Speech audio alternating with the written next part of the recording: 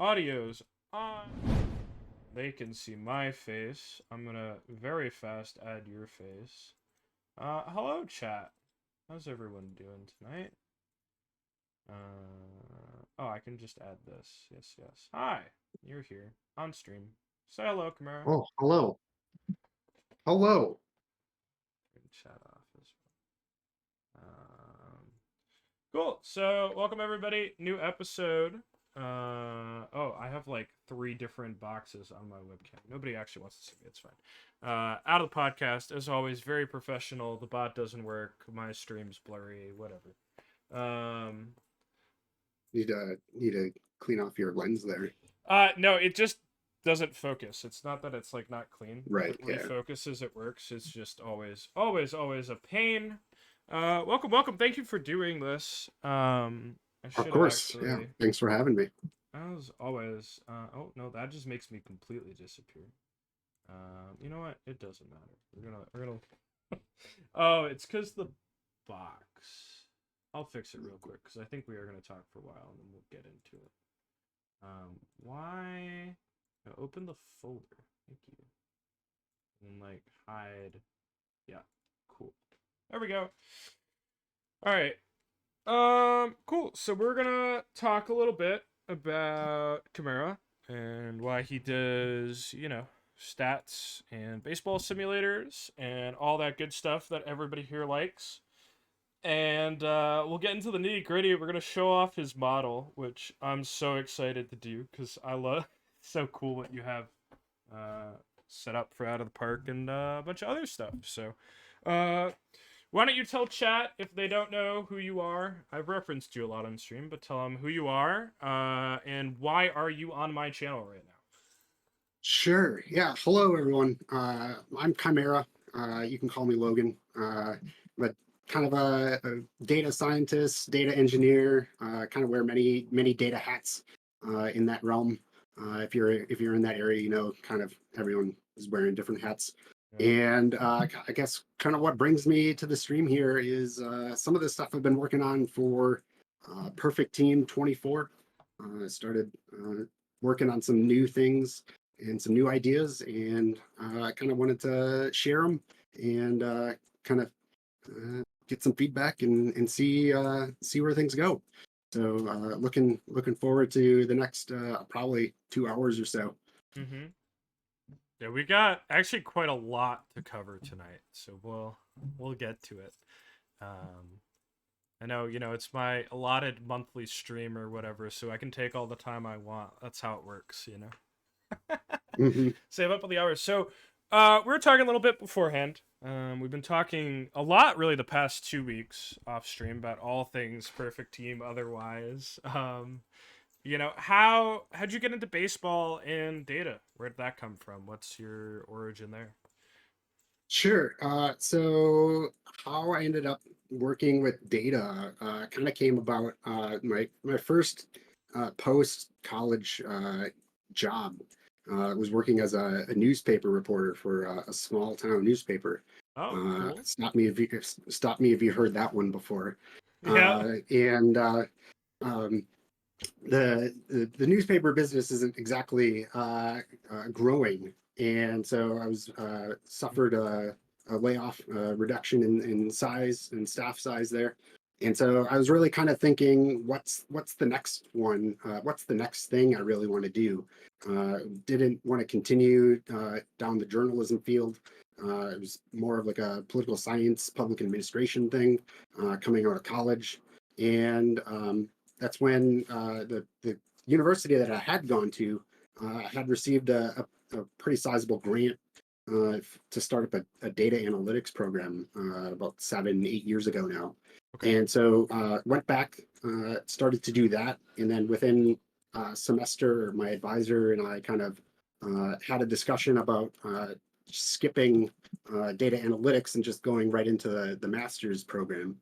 And so started to work on that, and then ended up falling back in love with baseball and statistical analysis with that. And so when I was originally in college, I played a baseball simulator called Hardball Dynasty on What If Sports. Okay. If anyone in chat is familiar with whatifsports.com, they do a lot of like historical sims of baseball stuff, but they also had an online like fictional version where every team was controlled by another person, and I was really drawn to like to that side of things originally because um, figuring out the ratings and what goes into the stats and stuff like that um, was what drew me to kind of baseball stats in the first place. And so the first project I kind of worked on with What If Sports and Hardball Dynasty was with code. Was I wrote a Python bot that would scrape that website, like navigate to every team's roster, scrape their roster and all of the stats, all their ratings, and then like trying to like figure out like how the ratings ended up turning into stats. Right. Very very similar to Out of the Park Baseball. I was gonna say, sounds familiar, right? Yeah. Yeah, and uh, but the thing with whatifsports.com was it, they didn't really have much investment in terms of um, changes to the game. I don't think Hardball Dynasty had received more than like 2 patches in like a decade, Oh, and so okay. it was kind of like Right. it was kind of just like a dead game at that point. I still know people that play it, but it's just not receiving updates. And Sure. so wanting to kind of branch into something that was being more maintained, I had been playing OTP on and off since like 13 or 14, the version. So I'm not like an OG out of the park baseball player. Like you hear some of the people on the forums going back to like version 2 or version Right. 1 where they were getting like the physical CDs in the mail. I kind of came to it late Mhm. and um, got into OTP 18 was kind of the version that I would say has hooked me since. And so I've been playing Out of the Park since pretty regularly since OTP 18, and then getting into online leagues. So if you want to just bounce right into online leagues right away, Yeah, or we can talk about it. I did okay, have one quick question. So you mentioned sure. Python, but you said you did your master's in data science. What was your um like what did you go for school for in the first place? And did you just like teach yourself how to program? Um Yeah, yeah. So I did a dual major in as a bachelor or an undergrad in political science and then public administration and policy analysis. okay. It sounds like a lot of work, but there was only like 2 extra classes that we had to take, and Okay. one was like an intro to stats. So it wasn't something that was super super strenuous, Right. and so. Um, but the data side of things has always been kind of what intrigued me, and so the how I kind of learned how to code was you learn stuff in class, but I think a lot of people would benefit from working on pet projects. They have an idea and they just set out to try to figure out how to do the thing, Right. and so that's kind of how I've kind of approached learning how to code and the different technologies was just kind of I have an idea. How do I make this possible? And then you just try to figure out a way to do that. Right. And so like I mentioned, like the first thing I did was like writing a little bot to scrape web pages. Like I was getting into like web page automation, like with Yep. Chromium and stuff like that. And Mhm. and so like within like a couple weeks of like picking up Python, I was like getting into that, and I was just like I had no idea what I was doing. If I look back at my code from 2018, it's just like thinking about what those scripts look like. They were probably so disgusting, but like it worked, Yeah. and that was Yeah. that was the important part. And so just kind of going from there and picking up things where I could to try to continue to increase my knowledge of various uh, libraries and tools that were out there. it's kind of also what brought me here today. Yeah. Just I had an idea and I wanted to try to Yeah. figure it out, and so That's really cool. I mean, that's very similar to me where the only time I've ever tried to actually code something was Skipper, the guy who taught me how to model, gave me the super basic Python GitHub of like the most basic model you could ever make for Out of the Park, and he goes, "Make this run," right? And he gave me, a few basic commands and taught me just how to like, input and print out the results. And um, sure. I think I know that that I he posted that on GitHub, didn't think he? we've talked about that. And It probably exact thing that I kind of worked on yeah, there for a bit. Yeah, yeah, yeah. yeah. But no, that's really cool. So when you did political, like, I think you mentioned like political science and administration, right? Was that like, were you gonna get into like the data aspect of that too, or was data just going back to college because like being a journalist wasn't really working out? No, I really had no idea what I wanted to do after the master's program, Mm-hmm. and I didn't really want to get back into political campaigns or anything like that, public Yeah. policy. It's still very interesting to me, but it's just not something I want to do full time. Mm-hmm. And I enjoy the things that I'm working on now, to the point where like I get done with work uh, and open up my desktop PC and start working on something that for TGS Yeah. or Perfect Team at this point. So it's kind of just like the it was a really good fit and a really good time, and yeah, So let's talk about worked out pretty TGS well. because it's come up a few times now. Sure. TGS is like your little baby in the Out of the Park world. The stories I've heard people talk about. I know a bunch of people in the online league. Why don't you tell me about it? How it came to be, all the way to like what it looks like now, right? Uh, Yeah, so for those who don't know, TGS is the grandest salami. mm, It's an online league. We're in our second kind of iteration of TGS at this point. The first one started as an MLB quick start in OOTP 19, and we brought that all the way up through 20 OOTP 22. Um, so we were probably about 35 or 36, or not 35. Uh, 18, 19 seasons in. I think we started 2018 and retired the league at 2035. So something like that. Um, and it was in the need of having a refresh. There was some stuff that happened with the player creation modifiers that um, uh, I adjusted when the league created that when I didn't really understand what all of the different things in the game editor and settings did, and so um, kind of came to the conclusion that it was not savable, or at least the work to try to save it to make it a long-term sim that was still engaging just wasn't worth it. And so that's how TGS 2.0 was born.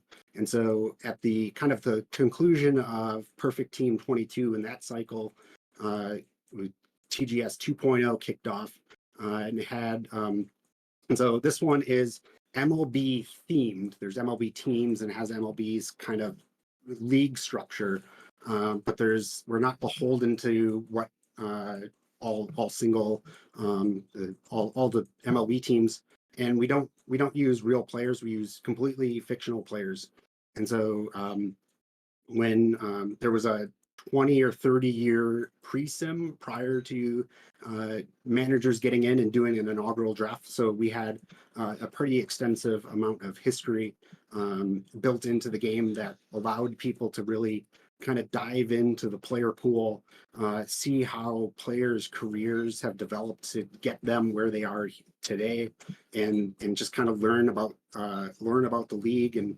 the world. And it's surpassed honestly any expectation I had for when 2.0 kind of started.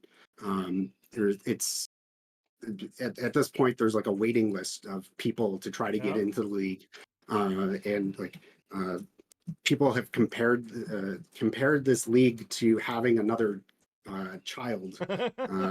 There's been baseball jerseys ordered with fake player names and numbers on the back of the jersey, and so it's spawned like 5 or 6 different projection systems. So there's different people in there trying to like predict how the standings and win losses totals shape out. We've got podcast At galore. least 2 of them, Um, right? Like, yeah. yeah, so we've got Cold Cut Chronicles, we call it, and then a new member of the league started up their own kind of SoundCloud podcast that they release so far once a week. Yeah. It's that's awesome. I mean, something about the online league. I mean, we're streaming right now with EMLB doing their draft, which is, one of the biggest shows on Twitch for Out at the Park when it happens. Like, online leagues are incredible in a lot of ways where you can almost do the perfect team thing, I think, for some people in a better way, right? Because there's no, infinite amount of this player, and every decision you make has a ton of weight and like long-term weight, and there's no reset button, right? Like um Right. so I think it's a really attractive option that I still wish was a little bit more mainlined into the game. Though I think I heard from somewhere there was some better things this year added to it. But yeah, I don't know. Uh, I think it's good. I think it's yeah. something more people need to explore because it's like a really fun way to have a super competitive environment if like you're going to put the time and effort into it, right? Um, Right. Yeah. I would say that for anyone that's like doing theme teams or anything like that, like uh, you're already trying to create your own environment, your own world, your own little mhm. thing within Perfect Team. Like that group is right for online leagues. If you're interested in creating theme teams, or I've seen people in the main Discord ask for like exhibition leagues in Perfect Team where like they could control um, what what the league setup is in, and like the kind of card restrictions, and have a league like that. Like that's all online leagues. Like you can do all of that, and I think there's a lot of desire to have better integration from the online league community with, or at least from my perspective, like Yes. I could see Out of the Park being able to uh, revamp the stuff that they've done for Perfect Team and like the automatic sims and stuff to Yep. work almost exactly like what you would need for online leagues. Yeah. And not to poo poo on anything that Stats Plus and Dave has created. Like Dave has created an amazing tool called Stats Plus, and so it's a website that you can host your online leagues with. You upload data, so all the data that the game spits out, you upload it to the site. You can host your league. You upload reports. You run drafts on the website, and so it's an amazing resource for online leagues. I don't want to give a shout out to Dave whenever I can, because it's an amazing tool, Yeah. and it really allows online leagues to flourish. Mm. Yeah, I mean, I don't even know, like, thinking about it, how hard it would be to do a lot of the online league stuff without Stats Plus existing. I mean, I think it would be next to impossible for a lot of it, right? Like, so much would be off the table, and then, re-uploading, like, but you're right, where I think there's, like, this probably huge untapped market for Out of the Park at this point, where, make people pay some money a month and get their own server for their own league and run it in real time, right? Like you could totally and you could give them so much customization over it too, right? Like Mhm. not only all the commissioner modes, like okay, it's going to sim 7 games a day but all at once, right? And all these different options, so they could probably bake into it that I'm sure people would be very happy to throw them a little bit of money their way for, right? Like, and it would make the whole experience probably a lot more easy to access for the average player as well. Um, Right, right.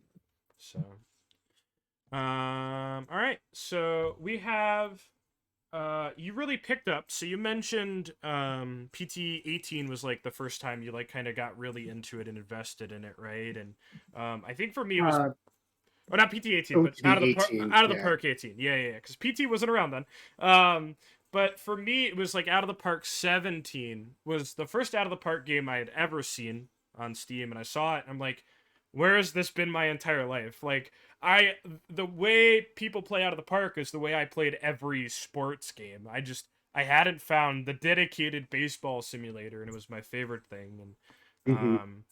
but you went from that to, I guess, not playing like super seriously really until Perfect Team 22 is when I saw your name pop up quite a few places. And you started to take it a bit more seriously, right? So what went on with that? Yeah. Yeah, so I played Out of the Park from version 18 on. Hadn't really got involved in Perfect Team or like card collecting modes in other games. And in PT 22, I don't know what drew me there for the first time. Maybe just seeing some of the stuff on Twitch, and seeing some of the content that was being produced, and being like, what what is drawing these people to produce this kind of content for this game, and getting into it a little bit. I think I opened my packs and set up my team, and then I didn't really know what to do. And my team kind of just sat in like entry pool and iron for like 3 or 4 weeks, and I had gotten a late start to begin with, so I think I didn't really get into uh, PT 22 until late May, and then when I realized what tournaments were. I think I caught Uh, an Angered Unicorn stream on Bronze Quicks. the And so OG. then, Yep. right? Mm. And so then my fascination with Bronze Quicks then began. And uh, had to figure out uh, how to actually um, know what the good players were, kind of for the first time. Right. Because I think with base game stuff, you can have good players, but you don't know why they're good necessarily, because um, the variance from season to season is Way too high. pretty Yeah. pretty high. Yep. And like you have things with like injuries and personality conflicts and stuff like that. And so there's a lot that more that goes into it than just the base ratings that go into the engine and then produces a result. And so kind of I had some very rudimentary stuff that I had for online leagues and TGS at that point, but quickly realized it was not going to suffice for Perfect Team. And so started to put together various pieces of data collection and model building at that point. And I think I hit my initial stride in Bronze Quicks about June, is when I think things really started to click in PT 22 there. Right. Um, so, what did you like? Where did you go? Like, what was your thing that took you from being a base game player to a competitive tournament player? Because I think something a lot of people don't realize, the base game is very easy. Even with some of the Mm. harder trade difficulties, it's if you're not like if you're not like 100 win team, right? Like you're probably doing something severely wrong at that point. And it's kind of easy to be a little lax and just glide into the playoffs. And like, no, in these tournaments you're fighting some of the best players in the world, and if you're not winning you're not making money, right? And there's a lot more on the line. Mhm. So what did you do to like initially get higher? Was it just collecting data, or where'd you go from there? Yeah, so I guess at this point, I had created my first real kind of data pipeline, Mm-hmm. where I had set up a process to export stats reports from the game and have those picked up automatically and parsed automatically without having to copy paste them, and putting them into just a MySQL database that I had running on my desktop at home. Right. And kind of that was the beginning of what has kind of transpired for the past 3 years now Mm-hmm. of trying to figure out ways to automate the data collection and modeling process here within Out of the Park Baseball. And the kind of the first things were just collecting data and then working in like Jupyter notebooks, if people are familiar with those, and just trying to come up with some. I was reading in data. I wasn't saving any models. I wasn't saving any projections at that point. It Right. was just a Jupyter notebook that I would run and spit out projections. And then that kind of turned into more robust modeling pipelines where towards the end of PT22, I could go into a format, spit out the data, and have a kind of a very rudimentary modeling system in place that would pull in the data and spit out projections for that format within seconds. And that's kind of where PT22 ended. I had somehow miraculously qualified for the Master Series. Yep. I squeaked in there was that play-in round where it Mm-hmm. was like, I think 16 teams and you had to be the top two to get in. And I think the format was it live? There's a cat walking across there. Yeah. I saw, So yeah. um, I can't remember I I knew it can't was live. either. I think it was like a live cap. And that's kind of like the first time that I put this together. I used I can't remember which format I'd used for those ratings or for Right. those models to put that team together, but that was kind of like the first one, and ended up winning that one. I think there was a team in the second round when I opened up the tournament bracket. I just remember looking at the teams that I would have to beat to get into the finals. And there was one team that I was worried about facing, and we ended up facing off. And I think it went down to a game 7, and I think there was a Fernando Tatis grand slam uh, that won it to move me into PT Master Series for the first time. Right. And so You came in second in that series as well, right? The Master Series in 22. Right? Wasn't that? Yeah. yeah, was that a dead ball format? I just remember it was a cap, It was some very and weird cap where you played it was one or silver. It two was like two-way bronze floor, pitchers. Yeah, it had a floor on it. It might have been the first floor there ever was, I first think. floor. Yeah, Yeah. yeah, yeah. It was a very fascinating format. So, I'll say that one of the teams, I think the team that came in fourth place, was a spirited effort between the person running the team and then myself, Pidge, and Snowman. We're all staying up to like 4 in the morning working on this monster of a team we tried to put together, and you were the one who knocked us out. And I think the semifinals to go play Max Fire, who ended up winning the whole thing, right? And Yeah, yeah. yeah. I think Max and I came to game 7 in that one too. Yes, I believe so. Um, the so the thing about PT Masters Series, that day, I had not touched my team at all. I was driving in a sim endurance race. So during the pandemic year, I had gotten into sim racing, Oh, and so cool. that's kind of like what's back here. Oh, yeah, It's of just course. this huge, yeah.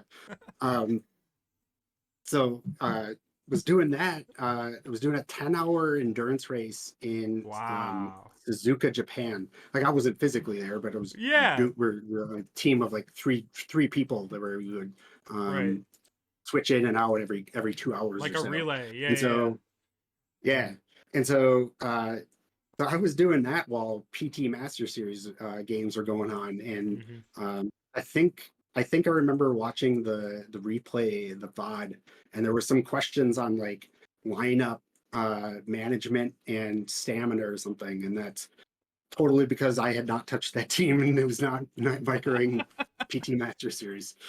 That's crazy. Um, that's so cool too. That I mean, like, by the way, if anybody from out of the park is watching this, if there isn't a last chance qualifier for the Master Series, come on, it's good content. Let us cook, right? Give it Right. back. It better happen again. It's so much fun to do last chance qualifiers, and a lot of times the people who make it are deserving, right? I mean, you ended up coming second Mhm. place in the whole thing, and you had a crazy run, right? And that was really like your first time like doing like the big tournaments really seriously, right? Too, and that's great, you know. Um, Yeah, I didn't get into the kind of the weeklies until real late. I think I only played like 2 or 3, 4 maybe weeks of weeklies. Um, at that point, I had mainly stuck to uh, bronze, gold, and silver quicks throughout PT 22 on Holtz and stuff, and so that was kind of the first introduction to putting together various rosters, and that kind of is what kind of hooked me even further. yeah, yeah, yeah. So, you kind of took 23 off, right, from PT. I don't remember the exact reason. Um, was it the late Yeah, start or just lack of interest or it was kind of a combination of a lot of things. The late start and just kind of feeling kind of burned out mm-hmm. with the cycle and um, the birth of TGS 2.0 Right. at that point, and trying to focus on that and make sure that um, everything was working smoothly and everyone was having a good time, and making sure that we were putting out content that kept people engaged, um, so that I could kind of step back a little bit and make sure that other people were going to be able to take up the reins of keeping content flowing to keep the league engaged. And so it wasn't until um, January of this Was year that I really yep. um, picked up Perfect Team again, and it was born out of an idea of, I wonder if this is possible. What um, let's try to do it. And so I started to kind of work on this for a little bit um, mm-hmm. in January, and then took February off. And then it wasn't until like the beginning of March is when I kind of put it together seriously, and was doing that in Bronze Quicks, my home, and then eventually for like 2 weeks of King of Gold, Yep. there was that big focus Always on King of Gold. always fun when that comes around and the community puts it Hmm. back out there. Yeah.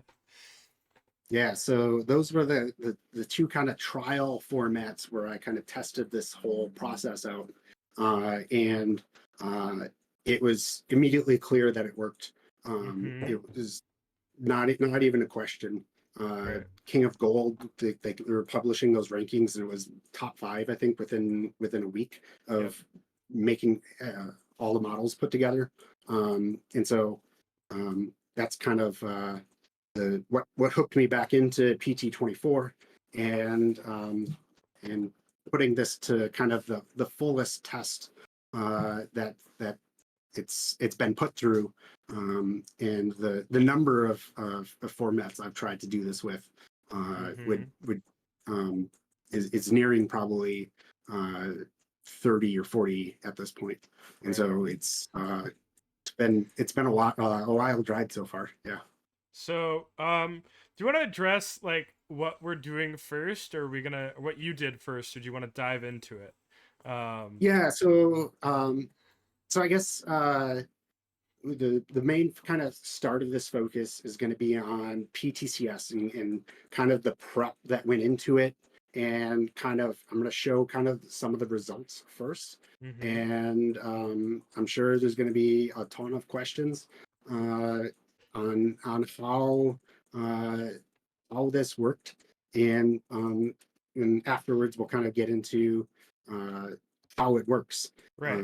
So And chat, we're gonna go um, like really fast right now, and he's gonna show a bunch of numbers and everything, and maybe if you want, you could throw a bunch of screenshots in my Discord after or whatever too. And we'll show a bunch of numbers. He's gonna talk about a bunch of examples, and then we're gonna give you the why and answer all the questions, right? So stick with us for now, and we're gonna come back around. All right. So I'm gonna switch it over if you'd like, to the other thing I have we're set up. fired up. All right, and we are over on the other one. All right. And it is not registering for no let me reason. fix that. Yeah, if you want to refresh it, and There we go. maybe it'll either come back, or I'm using. Oh, I got that one to come back. Let me. Can you Doing it live? I need your. Oh, there's your webcam again. Oh, do you mean? Oh, but I understand what it's doing. I need Okay. It's gonna be a pain with it, isn't it? Hold on. Nope, we got it. There you go. Sweet. We're good. Hello. Hello, I'm back. We're back, and the model is on screen. So why don't you walk us through it? I'm gonna move myself, I think, a little bit, or just hide myself. Sure. So you know what? The floor is yours. so, have fun. all right. Yeah. So what we're looking at right here are the various tournament formats that we're kind of going to be talking about. We're going to be mainly focused on this PTCS Gold and Daily Bronze Cap. And so the prep work for PTCS involved using the run environment from Daily Bronze Cap. I knew that there was this historical iron out there, 1955, that would have fit much better, but I was honestly just a little bit lazy and I didn't want to keep a slot there or make an ult because I was doing a ton of this at this point. And so, chat, the reason he used the bronze cap is because it's a closer year to the PTCS than something like modern. I believe the bronze cap's like 61 and the PTCS was in 55, right? So PTCS was 53, bronze cap was bronze cap was 63. The historical iron was in 55. That's what it was. 55, yeah. And so I was just kind of eyeballing years. I probably could have figured out like which actual environment played the closest, but anyway.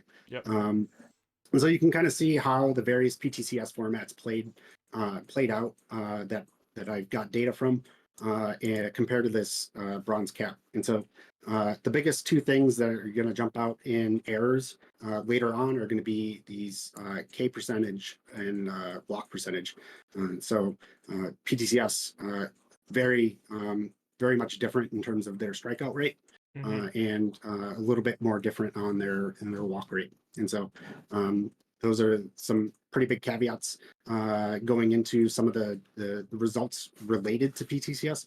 But I've got some other results from other formats to kind of back up what I'm going to talk about. So this next one, just kind of putting those slash lines out there compared to the rates. And so I don't know if there's a whole lot to talk about here. Slugging played up a little bit more, but on base was a little bit lower. Is that WOBA re-weighted for each of those formats or no?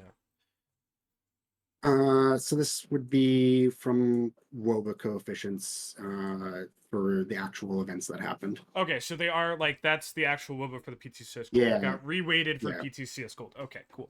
Yep. Okay. And so so what I'm going to show in this one is just a little data frame of the 15 most used cards in PTCS. Columns here with an O are the observed home run rates, and then the P represents the predicted home run rates. Can you scroll up just one notch? One single notch. Yeah, you're good. Okay.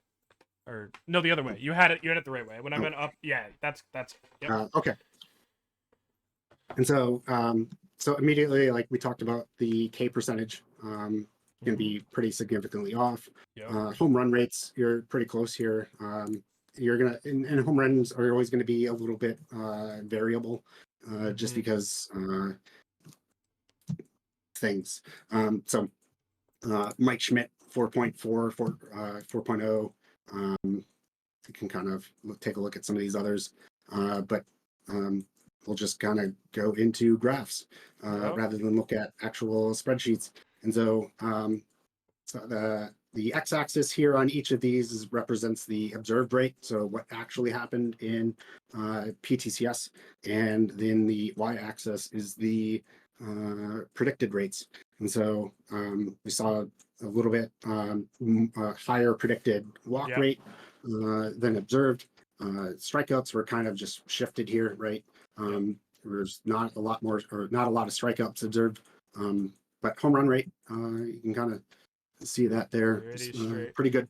Yep. So, the only one that here that we're dealing with some pretty small sample sizes for one tournament. Yes. I think the most used card was that Sammy Strange at Which 4,000 plate appearances. Only 4,000 in chat, just for reference.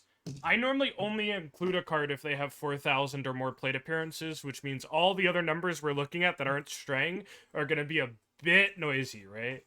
So just for context here.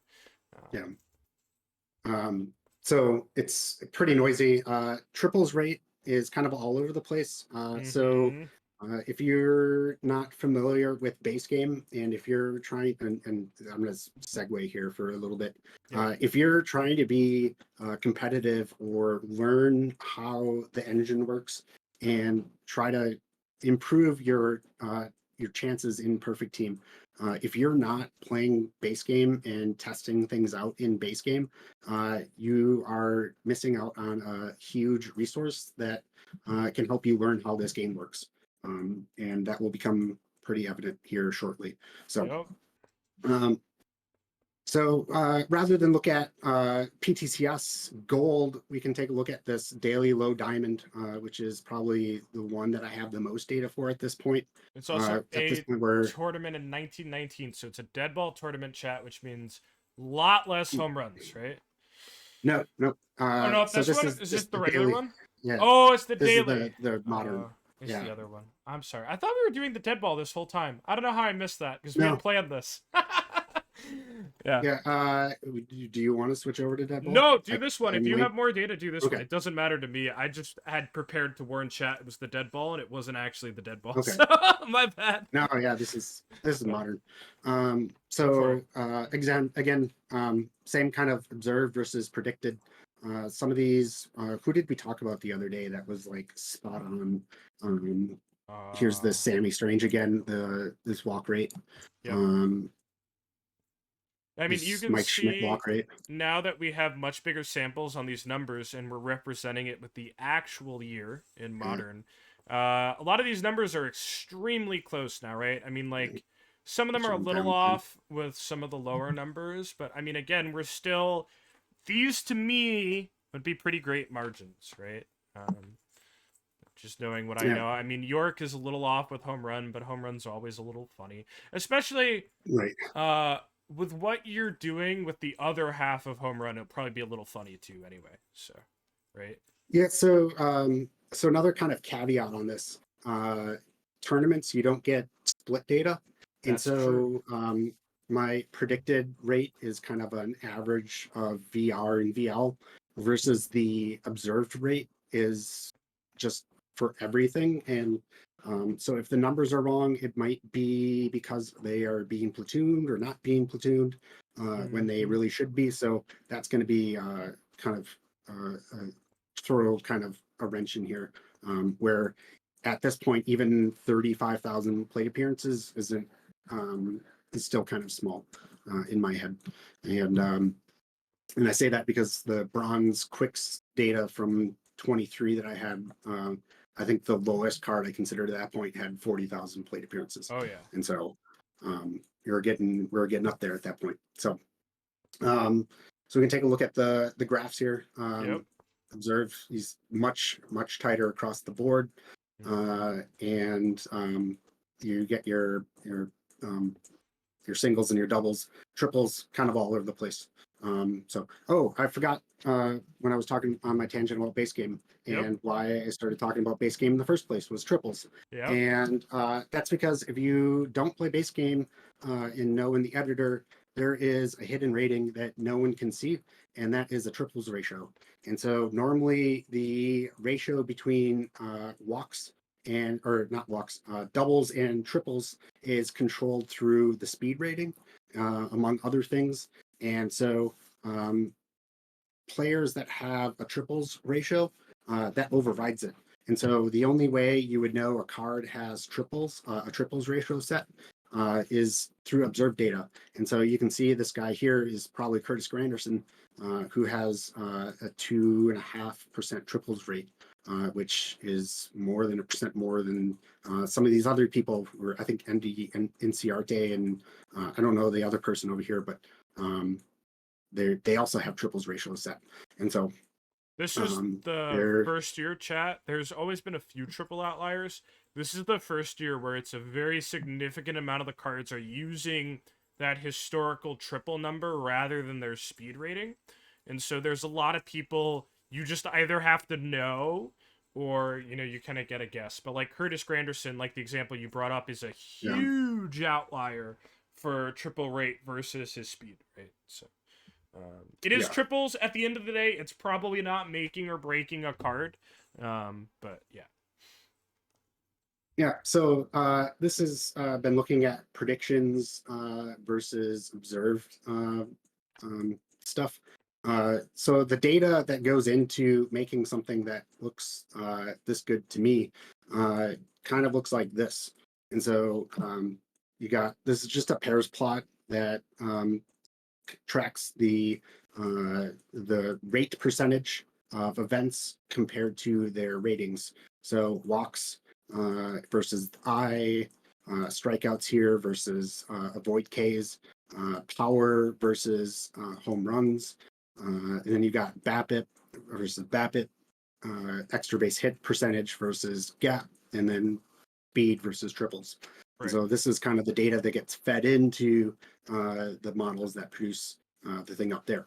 Right. And So so that's what creates the projection. So if you're unfamiliar with like projections, right, like it's we're just making a lineup best fit. There'll be a few breakpoints or changes in the line or different little lines along the way, and then you just put the card's rating on the line and you get the percent at what he does the thing at, right? So we're going to segue over to pitchers. This is going to be much noisier, just because pitchers tend to be noisier to begin with, and again the number of plate appearances that we have here is also very, very low, Right. especially for pitchers. So the differences are going to be more marked. You can kind of see that here. You could still see the clumps of where they kind of should be, but because of the inherent error from the run environment and the differences, and then the small sample size, We're kind of back all over the to place here. PTCS Gold here, right? As well. Yeah. This is PTCS Gold. Right. So again, sorry the year was a little off, so you can kind of see the lines, but they're shifted a little different. We're really low on data, which is also going to especially hurt something like pitcher BABIP that you need a ton of data for, right? So, yeah. Yeah. So we can go back into the low diamond that we were looking at earlier, and things start to look much better. Still a little noisy. Walks are pretty good here. BABIP and home runs kind of all over, not super tight together, but you can kind of see how with more plate appearances, some of these outliers would fall back into a pretty straight line. So, and you can take a look at some of those pictures here. Yep. Go here. You can see as well, most of those BABIP numbers are very good projected versus observed. There's a few ones a little off, but it's some like to me of the more splitty players. But most of the ones up top look good, and home runs are a bit off. But there's sort of a reason for that we could cover if you want, as well in a bit. But yeah, I mean, blue's crazy. We all know blue's crazy at this point. And so here's a similar pair plot to what we were looking at earlier. So K percentage here versus stuff. I've got 2 movement here, and we can get into why that is later, versus home run rate. And then you've got walks versus control, and then you got your BABIP over here. Right. would like to point out that pitcher BABIP goes from 280 to 240 in 50 points. And so there's kind of a widespread there. Yep. The issue with some of these that are way off are going to be related to fielders playing behind them. And yeah. So before we get into that, though, just kind of the look at the overall total amount of data I've collected so far. I've got about a gigabit worth of just raw HTML reports that have been exported from the game. When I export a tournament, it's full batting, pitching, and 9 fielding reports that are generated. And as soon as I hit that export button, there's a pipeline that goes out and stores all of that and moves files around and loads data where it needs to go. And so it's kind of been all automated at this point. So yep.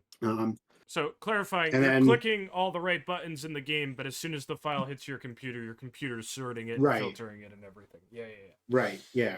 Yep. You still have to go into each tournament manually and click the button. 11 buttons because we got to do fielding every position, including pitcher to get the totals, and yeah.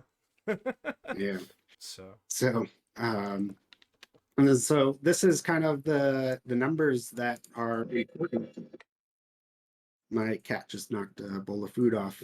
Classic. Sorry. Classic cat. Yeah. So these are the numbers that are kind of important for later. And do we want to just hop right in? Let's hop right into it. However you want to do it, we'll do it. So we're going to go kind of into the how now, because we've shown you all the numbers, the accuracy, all that kind of stuff.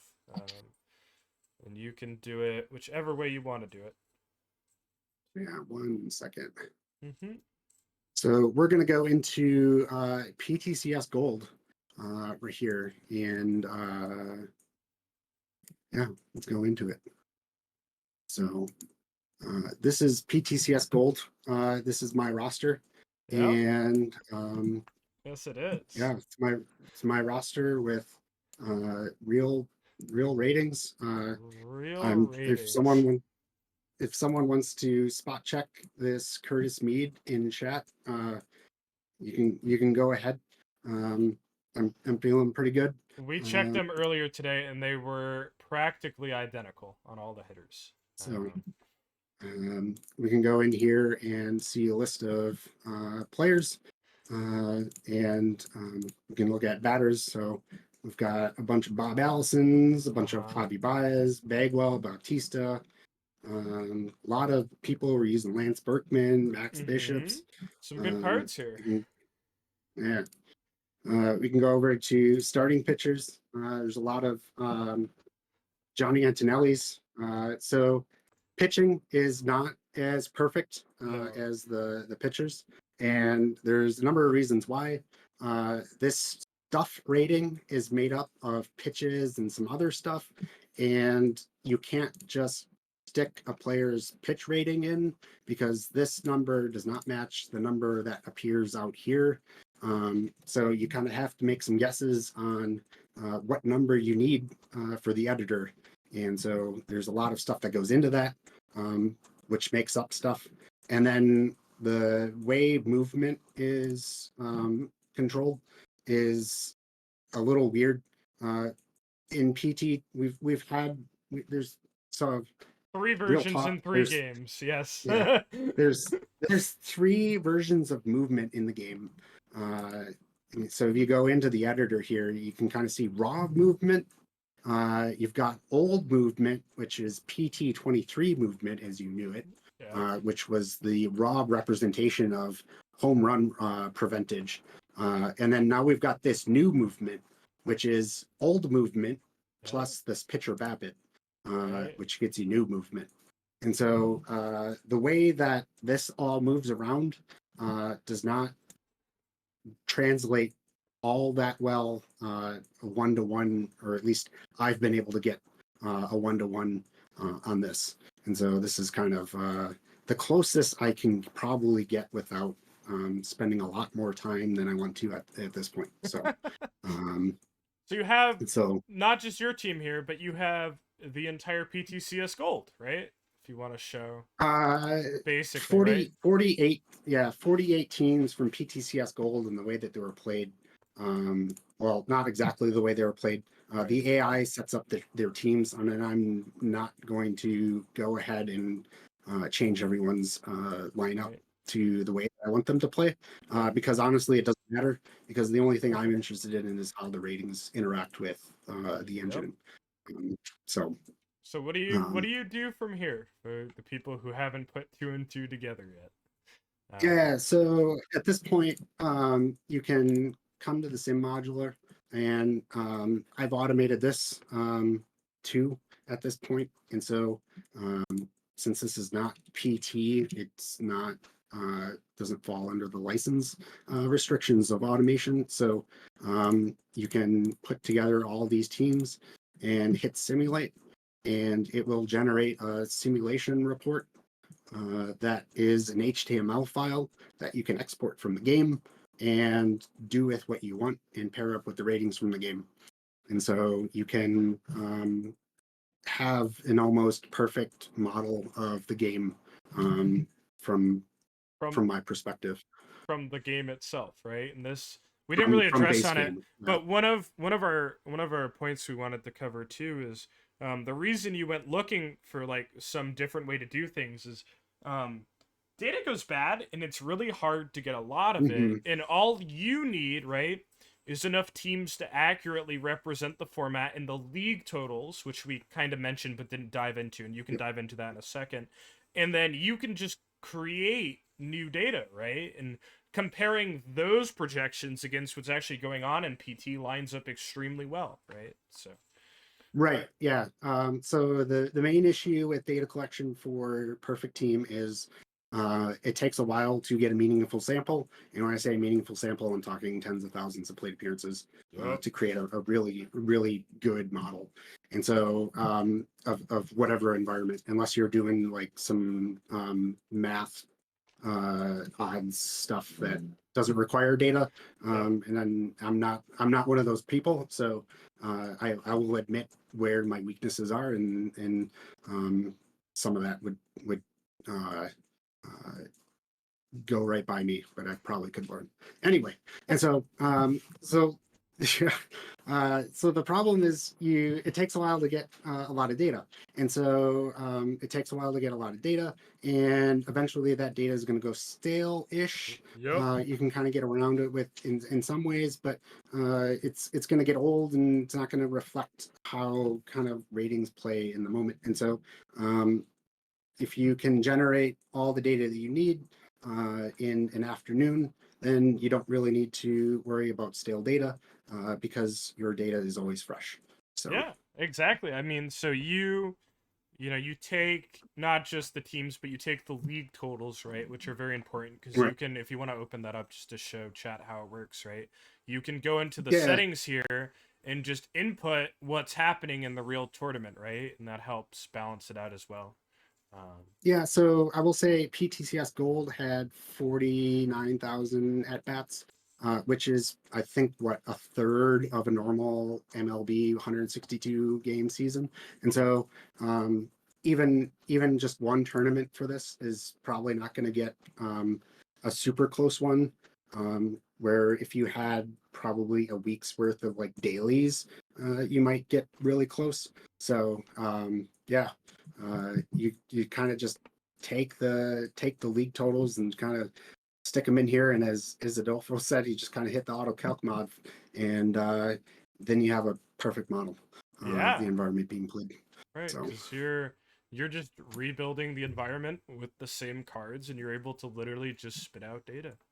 Um, right, yeah, and you don't you have everyone's roster that's being played, so you have a representative sample of the cards that are being played at the moment. gosh, And that's so kind of getting back to PTCS, yep, and so we talked about um, the way that the run environment, but I didn't talk about the rosters that I used. And so for PTCS Gold, it was the daily gold cap. grabbed a bunch of rosters from there. Felt that was probably a reasonable representation of what would show up, or how the ratings would interact with each other, given that there was it was a similar cap format. PTCS Gold turned out not to be a cap for various reasons. So maybe I should have just used daily late Open. gold or daily early gold. Yeah, Probably, yeah. It was what, like 1889s or something if you wanted them, and you need yeah, 11 starters, uh, so yeah. yeah. My roster was fully platooned with everyone that I wanted, Me too. uh, and the rotation and like three relievers for what I thought was a good Right. team, and so it wasn't really a cap, but um, the silver, that was silver historical. So daily early silver was what the rosters used from there. Diamond was just daily diamond. Wild card, it was the dead ball to boom. So I just used dead ball to boom Right. from the weekly, and then I was lazy and didn't use diamond, or didn't try to come up with a silver floor, and just use diamond at that point. Right. So yeah. Um I mean, in theory, not that it'd be perfect. I mean, you could even like, have like 4 or 5 people just make you a bunch of sample rosters for format, and you could plug it in, and probably be good enough. But Yeah, yeah, yeah. I could probably even come up with a way to generate random rosters at this point. from the card I pool think I or have enough. something. Yeah, yeah, yeah, Yeah, I think I have a nice representation of rosters across the various tournament formats that are being played, yeah. and I could probably come up with a reasonable um, model to generate rosters somehow if I really spent the time to. And I don't really feel the need to though. So Yeah.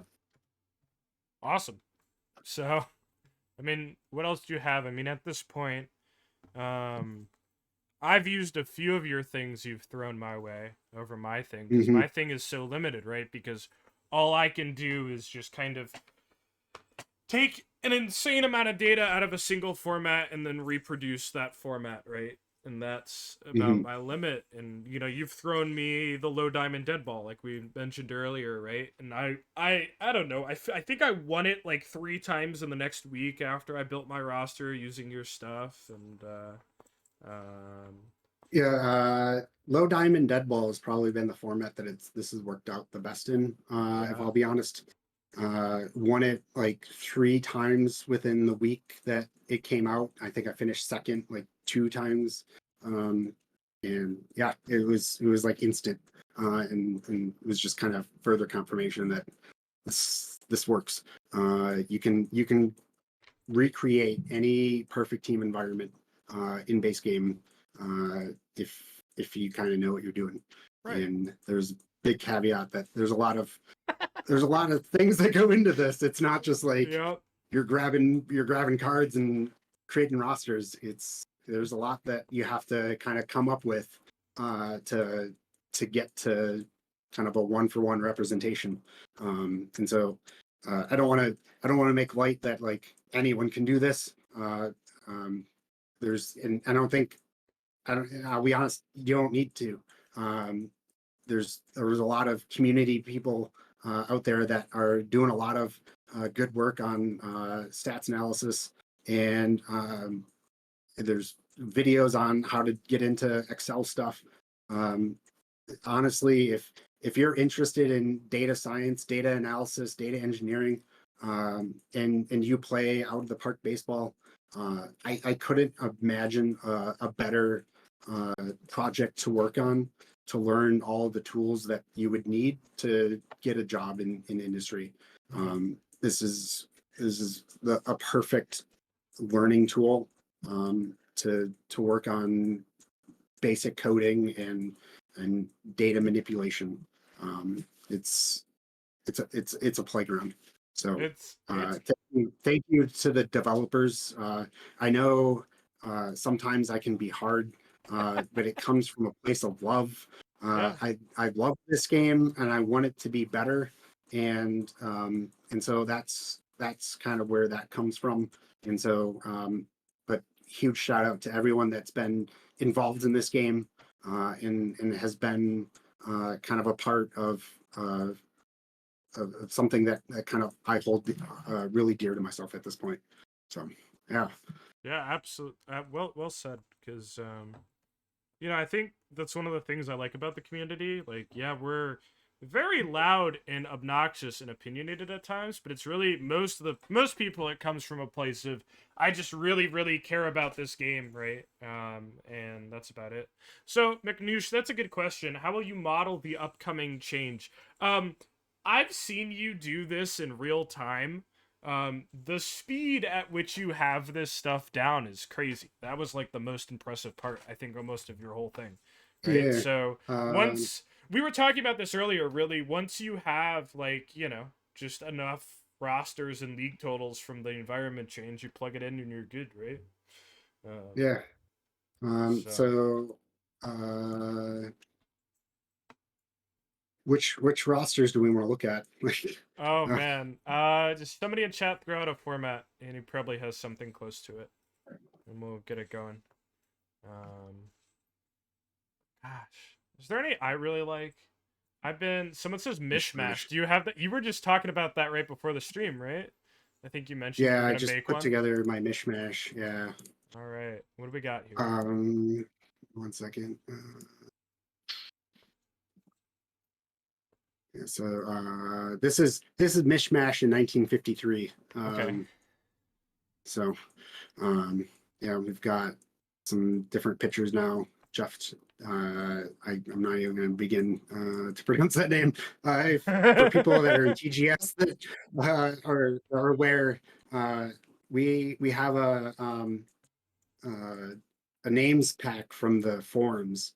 Another shout out, everyone that produces mods on the forums. Thank you for everything that you do. It really helps the community and those that Mm-hmm. are involved in online leagues create fantastic worlds that provide a lot of enjoyment to a lot of people. So thank you. And so there's a names database out there that we use that really enhances the game's names, Mm. and you get a lot of very interesting names to come out of that, and a lot more kind of varied names, especially for minority players, Cool. especially Hispanic players. So That's awesome. it really enhances offline leagues Mm-hmm. or online leagues outside of PT. So if you're into that, definitely check out the forums. And so but yeah, there's a lot of names that I can't pronounce in TGS, Me and too. so, so I'm there's just like terrible. Uh, yeah. So yeah. so what do you got with mismatch? So McNoosh asked, how am I gonna approach the model changes? Mm-hmm. Probably initially, when the beta was going, I had bronze rosters from PT 23 that were being played and modeled the bronze rosters in the base game in 24 using the same run environment. And I used those for the first probably week in everything that I played. And they worked really well, I thought, across every format. And so I'll probably just go back to that one, assuming that the run environment is going to be somewhat similar to what we saw in PT 23, Yep. which honestly was a really good run environment. It And was. so Yep. it didn't like, in terms of tournament scene, the only change that they really probably needed to do was uh, give everyone the full training at a position, and it would have been perfect Yep. for a tournament environment. And so, um, but yeah, I'll probably just end up going back to uh, the bronze models 23. that I built for the first week, and then go from there. But I'm definitely not going to be super into tournaments. I'll probably have a couple formats that I'll play, but I think at this point I'm satisfied, and kind of the experiment has worked, and so I'm kind of just ready to kind of get back into TGS for my OTP fix, and prepare it for its eventual upgrade to 24 here. So Mm. Yeah. Cool. I mean, it's funny you mentioned that because I had a crazy run in the first week of PT24. I'll probably never have something that quite that good again. I was using a PT23 bronze model. I used it for every single format, and it was great. It wasn't that bad actually, and I think a lot of times a lot of people do not realize how bad eyeballing cards is, even for like experienced players. And just having a really basic guideline will change everything. It really will. Um, Do we wanna talk about fielding? I was hoping you would bring it up. I know there's Yeah. probably at least a few people watching this hoping to hear us talk about it. Because I've mentioned it Yeah. offhand. Let's talk about fielding because for you specifically, this has been like your biggest thing for quite some time, right? And I think Yeah, there are a just few go back to people who would, yeah, like to watch a little closely what you do and how you kind of get your fielding thing and why it's. I'll spell it out for chat. It's so much more important than ZR. Anything in the game would lead you to believe it is, right? Um, so yes, we'll just pull up second base and we'll kind of just give it away. okay. Which one did I do? Late gold? I don't remember what it was. I'm sorry. I think it was late gold. Okay. Uh,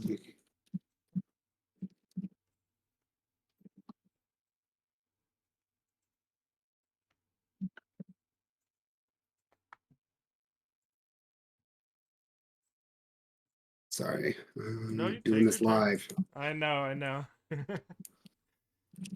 Always, whenever I do spreadsheet stuff live, it's like, I feel like I just lose the ability to do things that I do every day all the time. Once it's on camera, it just goes away. Yeah. Is that right? Yeah, that was right. No, 18, 17, based on balls.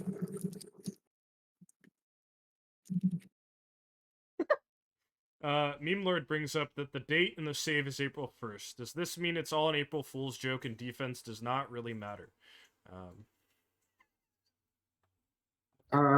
Defense. We can talk about defense while I'm yeah. doing this. Probably just napkin math in it. I'm guessing defense is probably about halved its normal importance. It's still pretty important, but it's not like it was in. Um, oh no, I did this wrong. I entered the BAPIP wrong. Oh. Uh, Shame on me.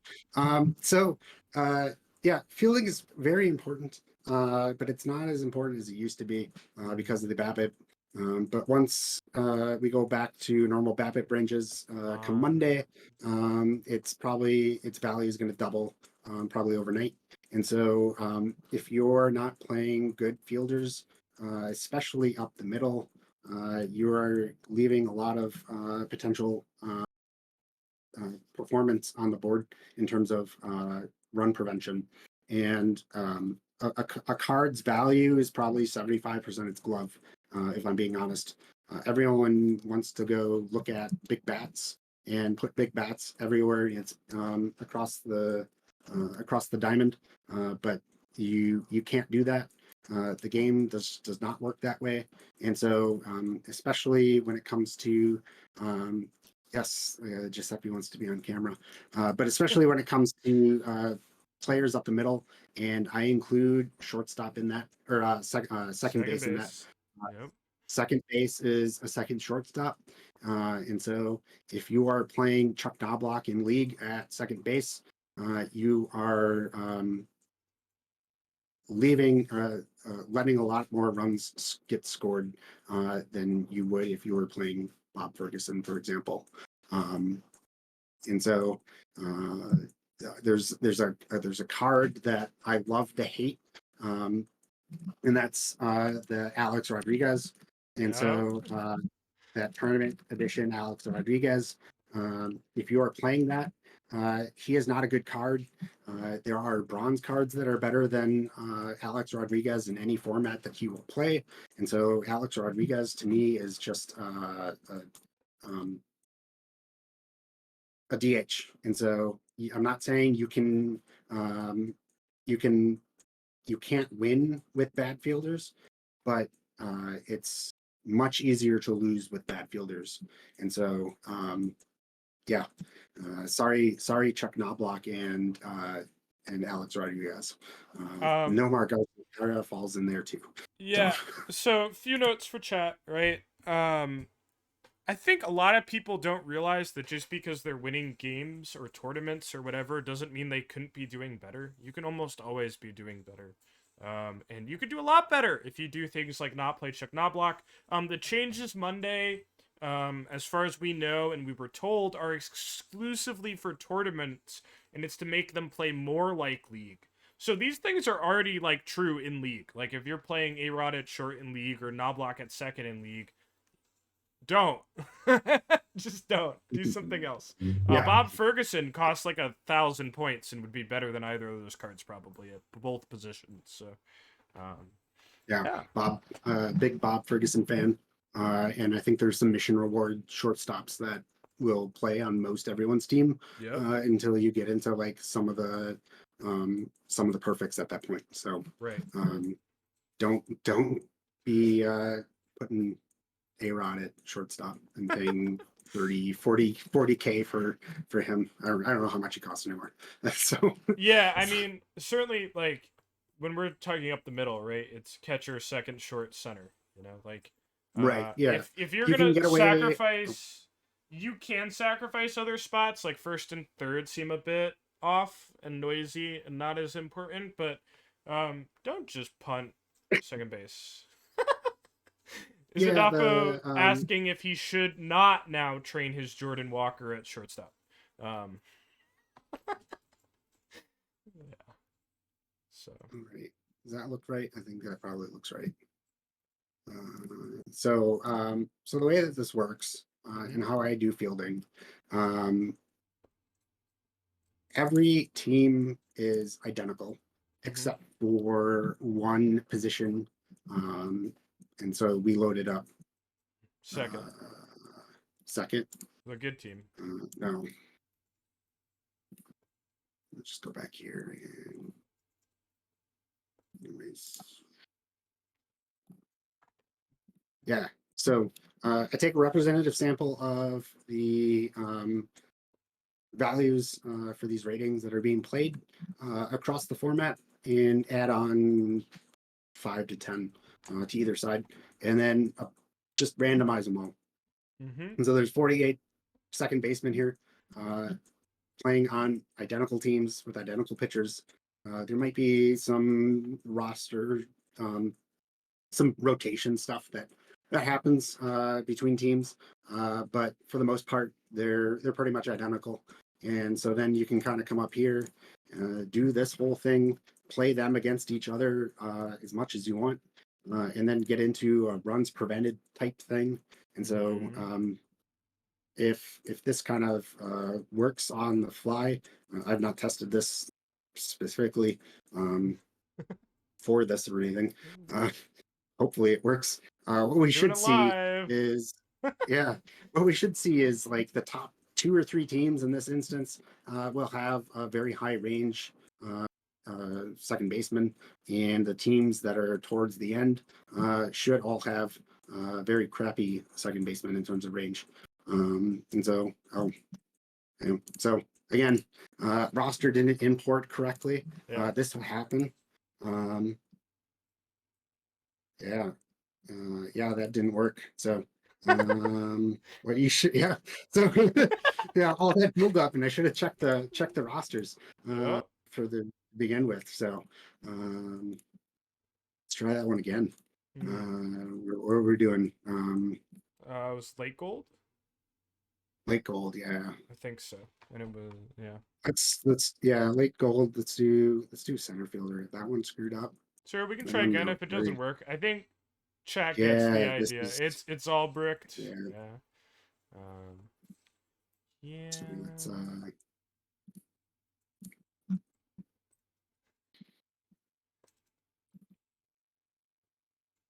So there's a bug in the base game right now where normally if you go to import the rosters, it comes up right here.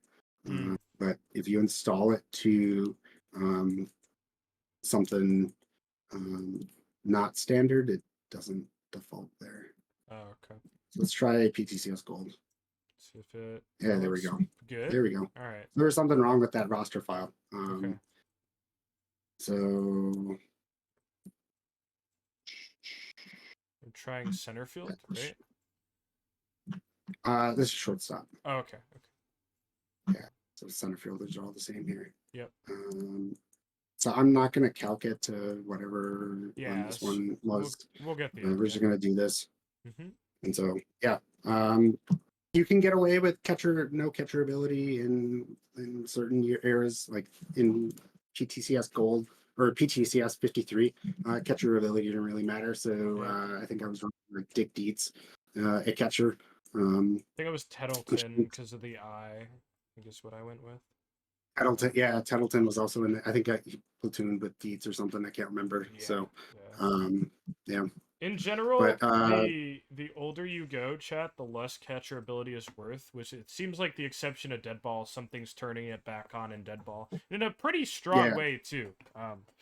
But yeah, dead ball is 1919. Like catcher ability still mattered there. It looked like so from what I remember. Which but there's a lot of caveats with this. The stolen base stuff doesn't really work because that's all kind of controlled through the server side stuff.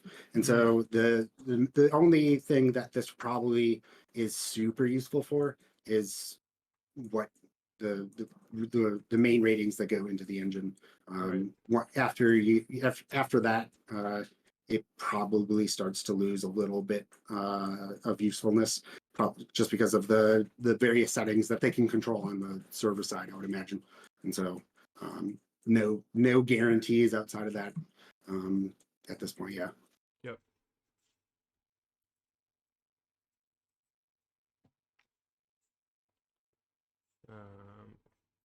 By the way, we're only we're running like what are we doing here? A whole season? And it's getting stuck on it? Yeah. So it's doing a whole season, which in this point is 1,000 games. Right. Okay. Small number. There were I forget what I played around in the sim module a lot in 23, and there were certain thresholds where I'd do it. My computer's like, this will now take 10 times as long for 5% more games. All right, here we go. All right. So this team 12, I'm not even gonna look at that. That roster's wrong. Yeah, definitely wrong. But the other ones. Yeah. So this one would have been 98 range. I mean, range is going to be king, right? 25, 87 arm turn double play. That does not surprise me. And so then we go down here to these teams, 451. And so you see shortstop playing third base. Right. No, this he's at third base. The AI didn't put him at the right spot because he was so bad. Yeah. Nice. So like 96, still good. Probably an outlier season in this. Turn double play could have something to do with that a little bit. Another roster that messed up. It really wants him at third. Yeah. Yeah, I mean this guy's got a lot less range, right? Yep. Yeah, 80 range. I think maybe what was going on is I changed something to the roster building process that messed something up. So maybe I should investigate. Yeah. But yeah, 80 range. So this was team 39, 27. He was actually at shortstop. 87, 69 error. Right. And also, so you kind of get the idea. How many games do you do when you run the full thing? Like actually, like how many are you putting into it? Because I assume it's more than 1,000, right? Yeah. So this way, let me just leave this up. Like 250.